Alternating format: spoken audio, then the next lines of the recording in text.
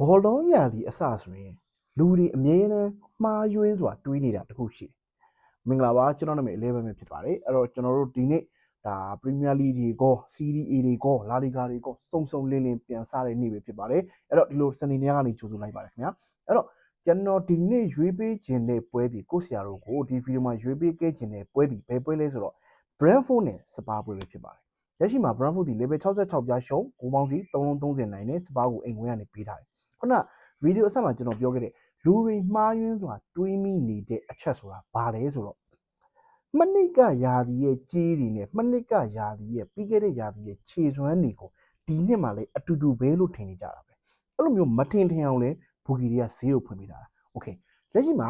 Brentford က level 60ရှုံး80ရှုံးလောက်ကိုပေးထားတယ်ဂိုးပေါင်းစီက330နိုင်တိပေးထားတယ်မနစ်က Brentford ကွင်းမှာတွေ့တဲ့အချိန်မှာ Spurs နဲ့ Brentford နဲ့ဇီးဇီးတည်ကြရတယ်အဲ့ဘက်မှာဘယ်လောက်ပေးခဲ့လို့သိလားBrentford က level 40ရှုံးပေးပြီးတော့ဂိုးပေါင်းစီ3+90ပေးခဲ့တာအဲ့ဒီမနစ်ကပဲစပါးကွင်းမှာတွေ့တဲ့အချိန်မှာလေ body ဈေးအလောက်နဲ့ပဲဂိုးပေါင်းစီ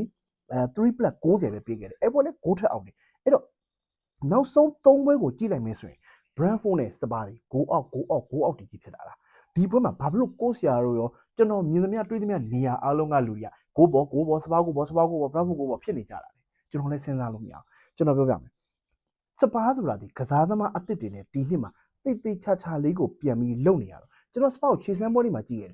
ဂိုးရဖို့လေခက်တယ်ဂိုးပေးရဖို့လေခက်တယ်စပါးကရိုမဲရိုမရှိတော့ဘူးဗန်ဒီဗန်မပါဘူးဘုံမကခေါ်ထားတဲ့ဆန်ဆိုင်လားဆန်ဆေးလားအဲ့ကောင်ရဲ့နောက်တစ်ယောက်ပွဲထွက်လာလိမ့်မယ် right ဘက်မှာလည်း Pedro Porro မပါနိုင်ပြီးတော့ Archie Gray ထွက်လာဖို့များတယ်ဒီဘက်မှာလည်း spam မရှိတော့ဘူးဘာညာဖြစ်နေတဲ့အတွက်ဒီစပါးတစ်ဖက်က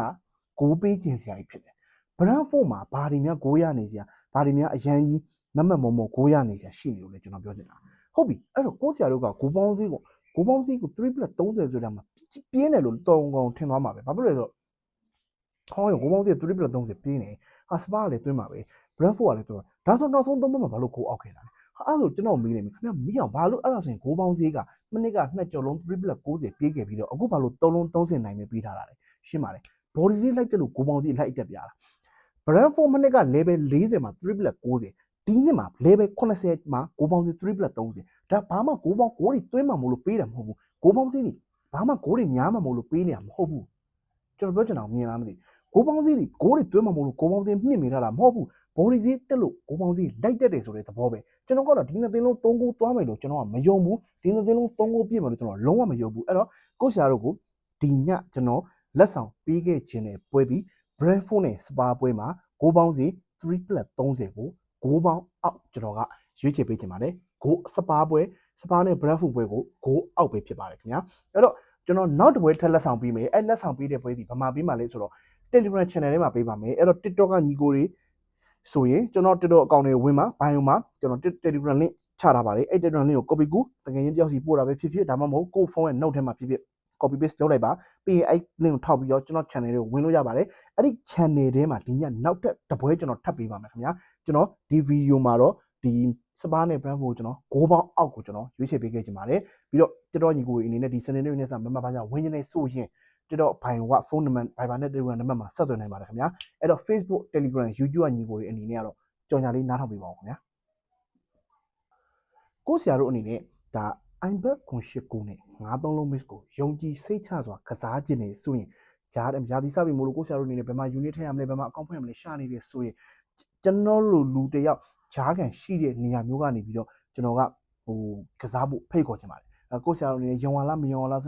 ဉ်းစားနေရတာထက်ဂျားထဲမှာကျွန်တော်တရားလုံးအာမခံပြီးထားတဲ့နေရာကနေပြီးတော့ကျွန်တော်မိတ်ဆက်ပေးချင်ပါတယ်ကိုဆရာတို့အနေနဲ့ iBet ခွန်ရှစ်ကိုနဲ့9-3လုံး miss ကိုကစားခြင်းနေဆိုရင်ကျွန်တော်ကိုယ်တိုင်300ရာခိုင်နှုန်းလောက်အာမခံပေးထားတဲ့နေရာနဲ့မိတ်ဆက်ပေးချင်ပါတယ်လိုက်မှတ်ပေးပါ Viber နံပါတ်09 086 256 322နဲ့ Telegram နံပါတ်09 066 3333 ဆိုတဲ့နှစ်နေရာမှာကိုဆရာတို့အနေနဲ့ iBet ခွန်ရှစ်ကိုနဲ့9-3လုံး miss ကိုယုံကြည်စိတ်ချစွာနဲ့ကစားနိုင်ပါပြီကျွန်တော်ဖုန်းနံပါတ်လေးတော့တစ်ခေါက်ထပ်ပြောပါမယ်ကိုဆရာတို့အနေနဲ့ iBet ခွန်ရှစ်ကိုနဲ့9-3လုံး miss ကိုယုံကြည်စိတ်ချစွာနဲ့ကစားခြင်းနေဆိုရင်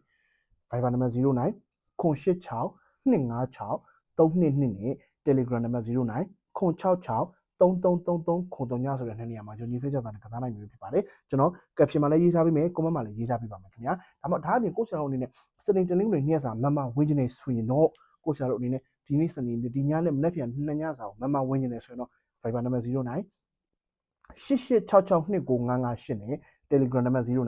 88662958ဆိုတဲ့နှစ်နေရာမှာကိုရှာအောင်အနေနဲ့စနေတင်ငွေနေ့ဆောင်မမကြီး1000နဲ့မမဝင်နိုင်ပြီဖြစ်ပါတယ်ဒီညမှာဒီဗီဒီယိုမှာကျွန်တော်စပါ6အောက်စပါပွဲကိုကျွန်တော်6အောက်ရွေးပြီးခဲ့တယ်နောက်တစ်ပွဲထပ်လို့ခြင်းနဲ့ဆိုရင်ကိုရှာအောင်အနေနဲ့ဒီ Facebook ကညီကိုတွေအနေနဲ့ဒီကျွန်တော် Telegram channel ကိုကျွန်တော် caption မှာလည်းရေးထားပေးပါတယ် comment မှာလည်းရေးထားပေးပါတယ်အဲ့ဒီ channel လေးကိုဝင်ပါအဲ့ channel တွေမှာဝင်ပြီးတော့နောက်ထပ် free လက်ဆောင်တစ်ပွဲကိုရောက်လိုက်ပါခင်ဗျာကျေးဇူးအများကြီးတင်ပါတယ်ကျွန်တော်မမညီကိုတို့ကျွန်တော်အလုပ်လုပ်ပြီးလိုက်ပါမယ်ကျွန်တော်တို့မနှက်ဖြန်မှာပြန်ဆောင်ပါမယ်ခင်ဗျာဒီညကိုဆရာတော်နိုင်ရပါစေခင်ဗျာကျွန်တော်နာမည်11ပါ